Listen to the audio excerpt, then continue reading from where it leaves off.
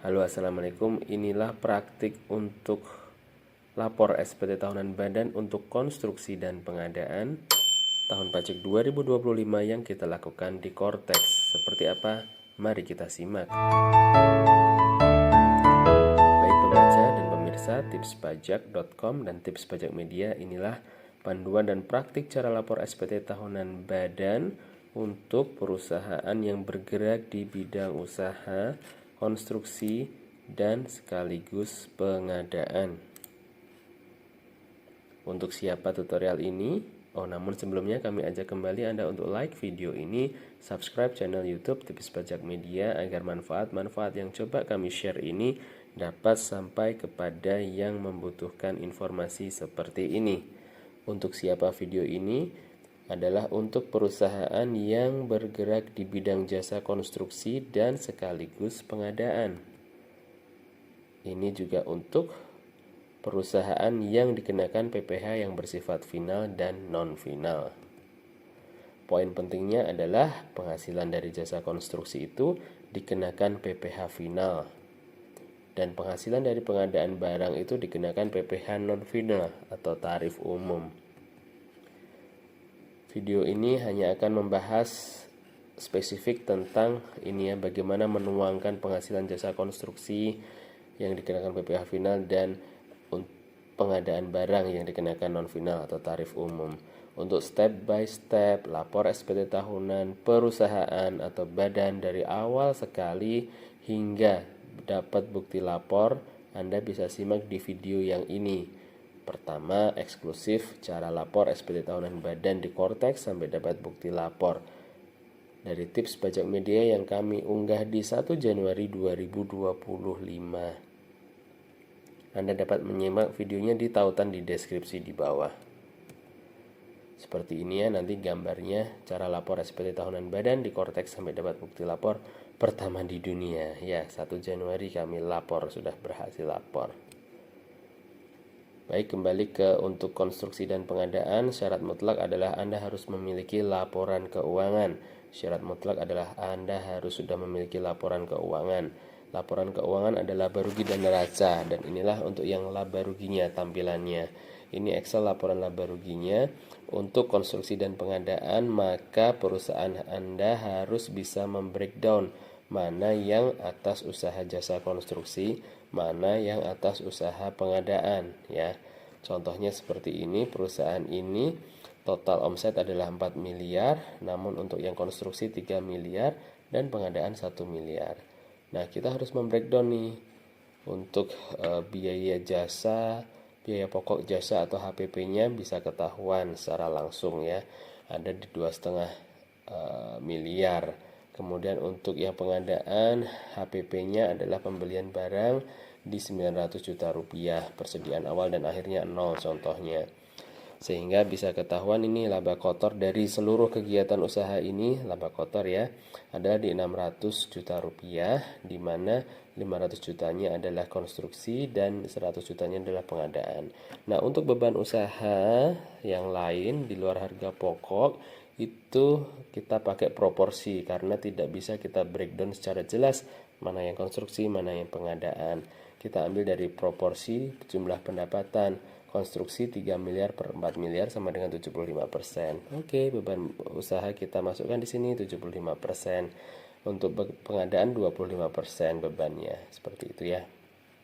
Inilah untuk laporan laba ruginya. Kemudian kita akan menuangkan di kertas kerja yang untuk nanti kita pindahkan ke Kortex, ke aplikasi Kortex. Ya, ke SPT tahunannya. Di sini adalah sheet rekon Kortex-nya. Sehingga dari sini langsung bisa terlihat itu dari total laba usaha di 385 juta ini ya. 385 juta ini yang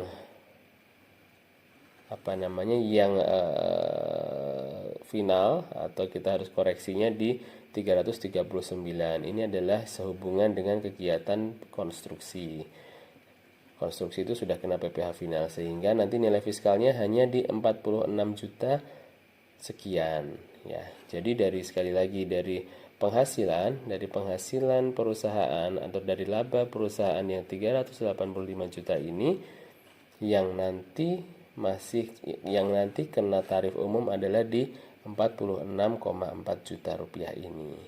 Yang sisanya yang 339 ini sudah kena PPh final atas omsetnya.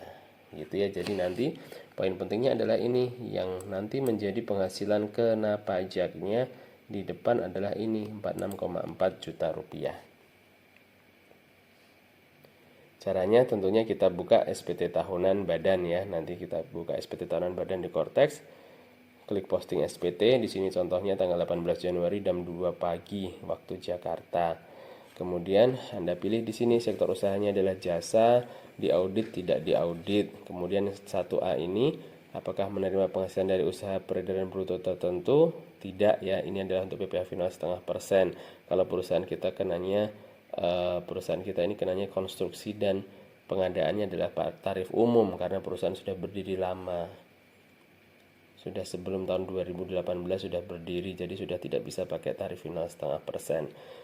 Lagian untuk yang konstruksi sudah kena tarif final konstruksi khusus, dan untuk yang pengadaan ini karena sudah tidak bisa pakai PPh final maka pakainya tarif umum. Nomor 2 ini, C2 ini yang penting, apakah wajib pajak menerima penghasilan yang dikenakan PPh final? Kita pilih ya. Intinya di sini karena konstruksi nanti masuk di sini. Gitu ya. Apakah penghasilan memperoleh penghasilan yang tidak termasuk objek pajak? Kita pilih tidak. Lalu kita next, kita D, nanti bulan awal masih kosongan seperti ini. EF masih kosongan, G kosongan, H yang ini paling penting ada 21E, kita bebankan penyusutan, yang lain-lainnya nggak ada. Oke, kita akan isi induknya L1D rekonsiliasi laporan keuangan jasanya. Baik pemirsa, berikutnya kita akan isi L1D atau lampiran 1D tentang rekonsiliasi laporan keuangan jasa. Ini adalah induknya atau jantungnya dalam mengetahui berapa penghasilan kena pajak yang tarif umum yang nanti kebawa ke induk. Sebelumnya kami sampaikan di sini bahwa koreksi fiskal positif ini adalah penyesuaian fiskal positif ini adalah merupakan penyesuaian terhadap penghasilan neto komersial. Lalu yang di bawah ini yang bersifat menambah penghasilan dan atau mengurangi biaya komersial tersebut. Ya, sekali lagi, penyesuaian fiskal positif adalah menambah penghasilan dan atau mengurangi biaya komersial. Sebaliknya, untuk penyesuaian fiskal negatif ini adalah penyesuaian yang bersifat mengurangi penghasilan dan atau menambah biaya komersial. Sekali lagi, untuk penyesuaian fiskal negatif adalah mengurangi penghasilan dan atau menambah biaya komersial. Ini adalah template Excel-nya tadi, template Excel laporan keuangan ya. Kita pastikan bahwa dari laba usaha 385 juta ini nanti kita koreksi sehingga ketemu angka 46,4 juta ini sesuai dengan laporan keuangan laporan laba rugi ya. Yang perlu dilakukan adalah untuk pendapatan itu koreksinya adalah FNE 01 ya, pendapatan koreksinya FNE 01 dan biaya-biaya nanti koreksinya adalah FPO 11 atau Corfis positif. Penyesuaian fiskal positif 11 untuk biaya-biaya. Silahkan kita sesuaikan di sini nilai komersial. Nanti yang di Corfis itu adalah artinya yang berkontribusi untuk mendapatkan PPh final. Ya, kita lihat di laporan keuangan laba ruginya tadi. Kita cek laporan laba ruginya nanti di sini ya. Kita pastikan nanti dari angka 385 ini 385 juta menjadi 46 juta rupiah sesuai laporan laba rugi ya, sesuai laporan laba rugi di angka mana tadi sebentar.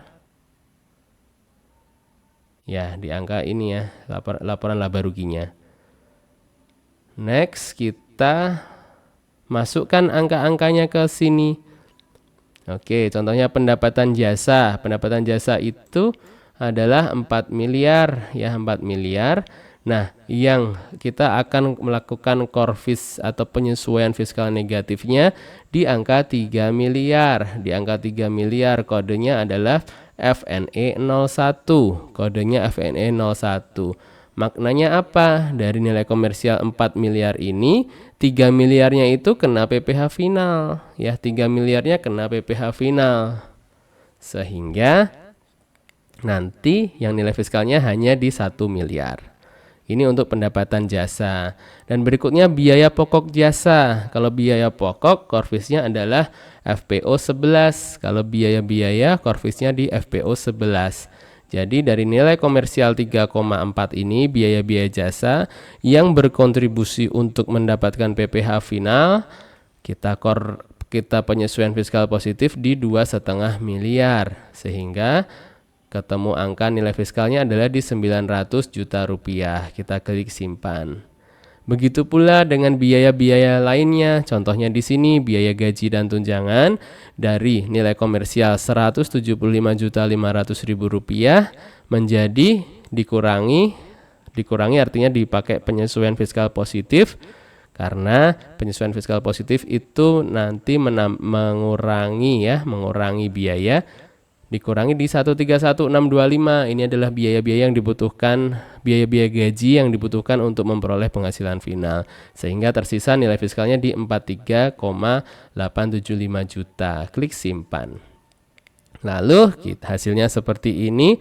Kita make sure, kita pastikan angkanya dari laba atau rugi usahanya ini dari 385 juta menjadi di angka 46437 sesuai dengan laporan keuangan kita. Ya, laba rugi sebelum pajak di 46437 dari yang sebelumnya 385 juta. Artinya yang selisihnya ini adalah koreksi fiskal untuk menghasilkan penghasilan yang sudah dikenakan PPh final. Begitulah koreksi fiskalnya. Kita make sure, kita pastikan bahwa penghasilan neto fiskalnya adalah 46437. Nah, sudah betul ya, sudah masuk 46437, bukan lagi 385750. Itulah tentang kita input lampiran 1D ya, itulah lampiran 1D mengenai rekonsiliasi laporan keuangan. Pastikan ke bawah. Nah, ini sudah ke bawah ya, 46,4 juta rupiah. Sesuai dengan laporan keuangan kita. Sesuai dengan laporan keuangan kita di sini tadi, mana laba rugi kita? Nah, laba rugi kita di sini 46,4 juta rupiah. Nah, di sini ya. 46,4 juta rupiah nilai fiskalnya, karena yang ini dari 385 juta ini 339-nya sudah kena PPh final, sehingga yang belum kena, yang kena tarif umum adalah nanti 46,4 juta rupiah, sehingga nanti ada PPh pasal 29-nya. Sebentar, PPh pasal 29-nya di sini. Nah, 46,4 nanti pembayaran pajaknya di tarif umum di 5,1 juta rupiah ini. Sekian pemirsa, itulah tadi cara untuk lapor SPT tahunan untuk konstruksi dan pengadaan yang hanya terfokus pada bagaimana menuangkan, membedakan konstruksi dan pengadaannya. Untuk versi lengkap step by step dari awal banget sampai akhir, Anda bisa kunjungi di video yang ini. Sekali lagi, itu tadi adalah interpretasi dari kami untuk menuangkan penghasilan final dan non finalnya. Apabila ada pendapat lain, silahkan tuliskan di kolom komentar di bawah. Namun pada dasarnya kita sudah sesuai, itu tadi penghasilan neto fiskalnya adalah sesuai dengan laba rugi kita yang di luar penghasilan dikenakan final. Sekian, semoga bermanfaat. Silakan, salam sukses, salam sehat, dan sukses selalu dari tipspajak.com dan Tips Pajak Media. Wassalamualaikum warahmatullahi wabarakatuh. Anda juga bisa kunjungi berbagai kanal media sosial kami, karena Tips Pajak Media ada di mana-mana. Kami ada di Instagram, di YouTube, di website, di Telegram, dan juga di TikTok. Sekian, salam sehat dan sukses selalu dari tipspajak.com dan Tips Pajak Media. Wassalamualaikum warahmatullahi wabarakatuh.